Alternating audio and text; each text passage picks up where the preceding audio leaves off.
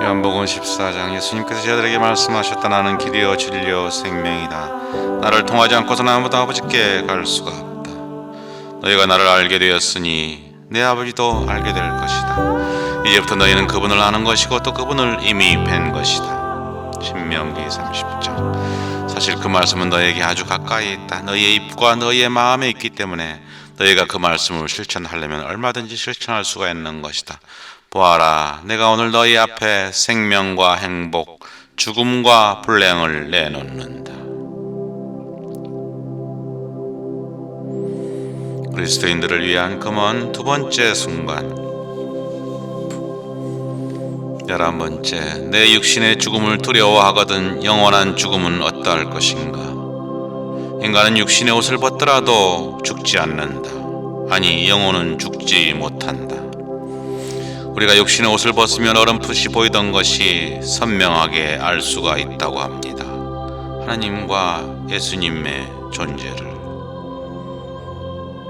침묵과 묵상으로 더욱더 앞으로 나아가라. 믿음 생활, 신앙 생활이 몇십 년 계속되어도 아무리 열심히 한다 하여도 기도가 염경기도, 소리기도에서 묵상, 관상으로 나아가지 못하면 결코 신앙의 수준이 높아지지 않습니다. 물론 열심히 하면 믿음에 깊어지긴 하겠지만 신앙의 수준이 높아지진 않습니다. 하늘나라는 언어가 필요 없는 침묵의 시간과 공간을 초월한 영역입니다. 묵상기도, 관상기도에 대해 힘써 공부하고 관상으로 나아가십시오. 육신이 살아있을 때 하나님 체험을 가능한 한 자주 해야 합니다. 육신을 가지고 있을 때 지금 여기에서 하나님 나라는 이미 체험하십시오.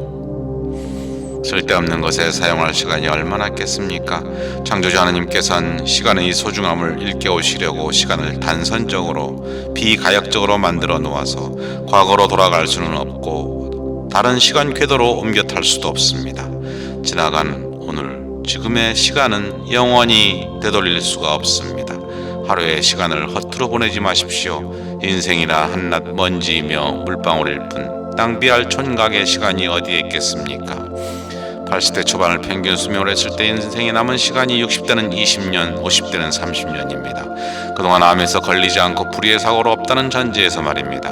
우리나라 65세 이상 인구 중에 암 환자가 20%고 83세 인구 중에 30%가 암 환자입니다. 술과 담배를 같이 할 경우에는 20배나 확률이 높아지며 이미 100%가 넘습니다. 선택은 당신의 몫입니다. 십자가의 어리석음. 예수님의 가르침을 배우고 깨달아라. 예수님의 십자가 아래에서 인생을 배우고 열심히 노동을 하며 편안하고 아늑한 시간을 보내십시오. 예수님의 사랑을 느끼며 예수님과 친구가 되십시오. 역경과 환난과 고통 안에서 더욱더 예수님과 가까워지려고 노력하십시오. 예수님께서는 극도로 가난하게 헐벗고 굶주리고 지극한 고통을 몸소 겪으셨기에 당신의 어려움을 누구보다 잘 아십니다. 그분께 위로와 위안을 받으시고 친구가 되시고 그분을 사랑하십시오. 덕행은 어려워보도 가시에 찔리는 것보다는 낫다. 어둠의 세력은 예수님의 복음을 실천하는데 두려움과 일말의 공포를 느끼게 교묘하게 유혹합니다.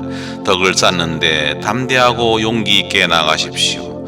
자신의 생각이 빛의 성령으로 오는 것인지 어둠의 세력의 장난인지 자신을 깊이 성찰하며 분별과 식별을 하십시오. 남들과 비교하지 마라. 어제의 너와 비교하여라. 자신의 마음밭을 일구고 자신의 영신생활을 열정적으로 추구하는 분들은 남을 비판하거나 남을 판단하거나 남과 비교할 겨를이 없습니다.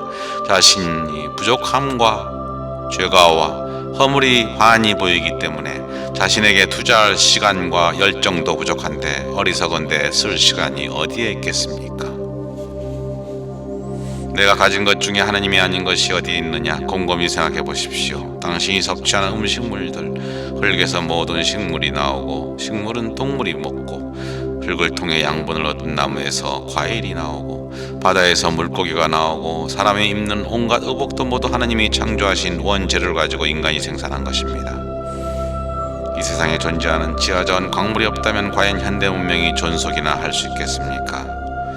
당신이 삶에 당신이 처음부터 만든 게 하나라도 있습니까? 당신이 누리는 편안함과 안락함 모두 그 원천은 창조주 하나님에게서 나온 것입니다. 하나님의 소중한 선물입니다. 그런데 왜 이 지구상에 사는 인간이란 종족은 자신들의 편안함과 탐욕에 눈이 멀어 어머니 지구를 이다지도 괴롭힌다는 말입니까? 지구를 인간이 만든 겁니까? 가진 것을 떼어 가난한 사람들에게 나누어 주어라. 네가 부유하게 사는 것은 네가 부지런하고 똑똑한 것도 있지만 좋은 환경에서 태어나 덕도 있는 법. 조선시대에 네가 태어났다면 상황은 또 달라졌을 것이다. 일생 내내 너희 부모, 너희 가족만 생각하면서 살지 마라. 생각의 폭을 넓히고 마음의 한계를 두지 마라. 힘들고 고통받고 외롭게 사는 그들도 모두 너의 형제 자매들이다. 많으면 많은 대로, 적으면 적은 대로 자선을 베풀어라.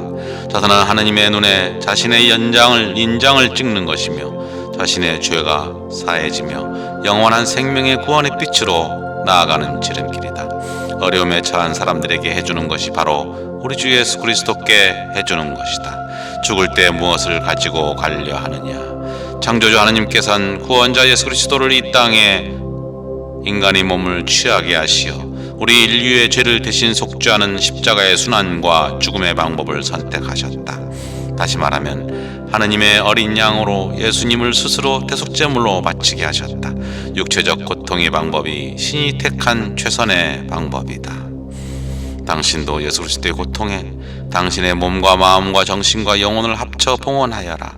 그러면 아버지 하느님의 아들이 될 것이다. 이 세상 양 80억 명의 인간들 중에 3분의 1인 약 25억 명이 예수님과 하느님을 믿는 소위 크리스찬이고, 하느님과 마음의 뜻을 믿는 이슬람은 20억 명, 하느님을 믿는 세계 인구가 지구의 반이 넘는데 왜 우리가 사는 이 지구는 문제투성이인가? 식량 문제, 기아 문제, 전쟁 문제, 난민 문제, 극빈자 문제, 질병 문제, 물 문제, 기후 문제, 온난화 문제, 국가 이기주의가 지구를 망칩니다. 우린 국경을 넘어서서 지구인이 한 식구라는 생각을 가져야 합니다.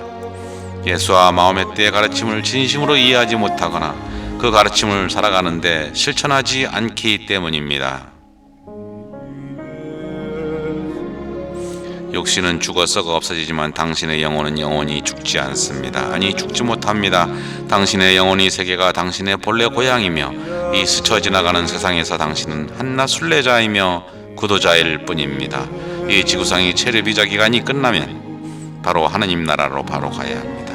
그런데 그 비자 만료 기간, 나약한 우리 피조물은 모른다는 것입니다. 내일이라도 오라 하면 오고 가라 하면 가야 하는 게 우리의 가엾은 신세 현실입니다. 당신의 생각과 삶을 다시 새롭게 하느님 중심으로 설계해야 될 때가 지금입니다. 내일이면 늙습니다. 늦어버립니다. 우리 주 예수 그리스도의 평화와 사랑과 풍요와 번영이 여기 모인 형제자매님들과 그 가정이 항상 함께 하시길 기도합니다. 연휴간에 건강하시고 주님 안에서 항상 행복하십시오. 고맙습니다. 사랑합니다.